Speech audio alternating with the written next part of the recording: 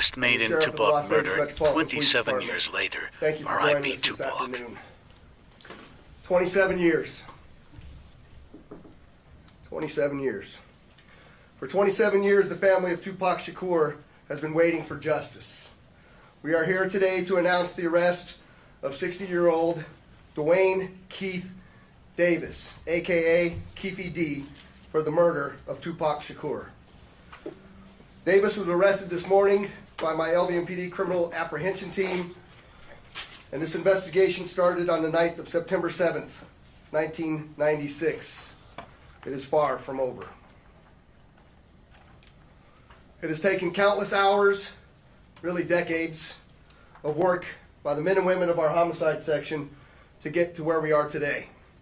Several of those detectives that are standing here with us include Detective Cliff Mogg, the lead detective on this case. He is now retired. While I know there's been many people who did not believe that the murder of Tupac Shakur was important to this police department, I'm here to tell you that was simply not the case. It was not the case back then, and it is not the case today.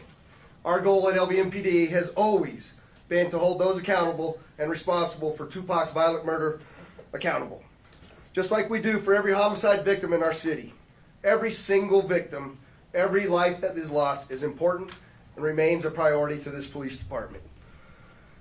As we methodically built this case to move forward with an arrest, it was also important that at the same time, we're building towards a successful prosecution. We work closely with our esteemed District Attorney, Steve Wolfson, in his office to ensure that is going to happen. Mr. Davis's own words reinvigorated our case in 2018. I'm going to give you some of those details, and I'm going to introduce to you our homicide lieutenant, Jason Johansson, and he will provide you many of the details on how we got here today.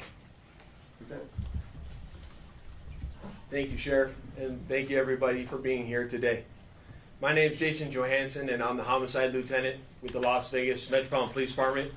And my goal here today is to walk you through our investigation and what led us to the indictment of Duane Davis, also known as Keefy D, for the murder of Tupac Shakur. This case has been reviewed by our homicide team and homicide detectives for over 2.5 decades. And ultimately, our persistence in this investigation has paid off. Let me walk you through a timeline of events that as we know them right now.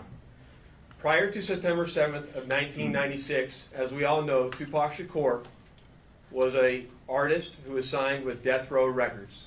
And that Death Row Records and its CEO, Marion Suge Knight, were closely affiliated with the Mob Piru criminal street gangs, and that they had an ongoing feud with the Southside Compton Crips.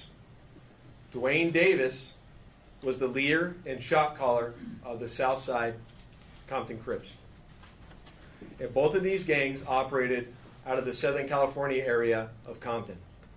On the night of September 7th of 1996, Tupac Shakur, along with Suge Knight, and members of their entourage, which include members of Mob Piru, came to Vegas to attend the Mike Tyson fight at the MGM Grand Garden Arena. Members of the Southside Compton Crips, which included Duane Davis, along with his nephew Orlando Anderson, were also in attendance at the same event. As both were leaving the fight, members of Death Row Records spotted Orlando Anderson near an elevator bank inside the MGM, and at that time they began to kick and punch him near that elevator bank. I will now show you hotel security footage, as many of you have already seen, related to this incident. And on this incident, you will see Tupac Shakur, who's wearing a shiny satiny shirt, along with Marion Suge Knight, who's a large man in a brown suit, punching and kicking Orlando Anderson. Lower your phone. Following this incident, you'll see hotel security intervene, and then they will leave the area of the fight.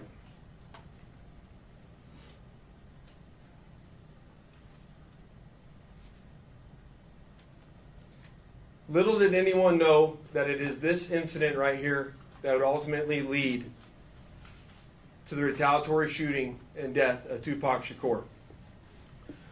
Following this incident, Tupac and Suge Knight both left the MGM to make their way to a post-fight party, which was to occur at a local nightclub.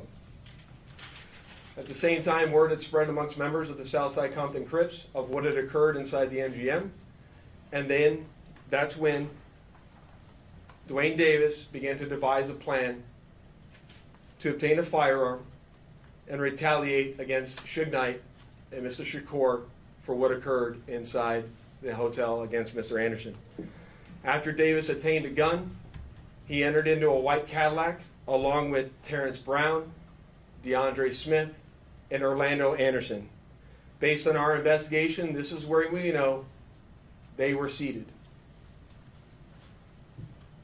At some point in time, as they were in the white Cadillac, Mr. Davis took the gun that he had obtained and provided it to the passengers in the rear seat of the vehicle.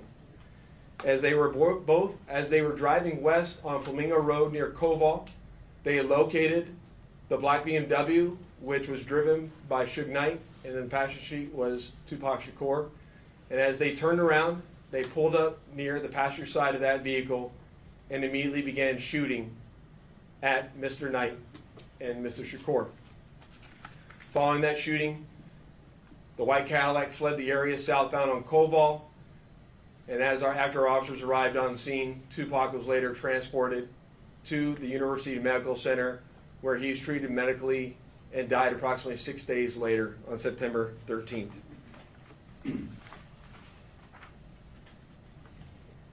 My homicide section handled this investigation from its onset, and for a short amount of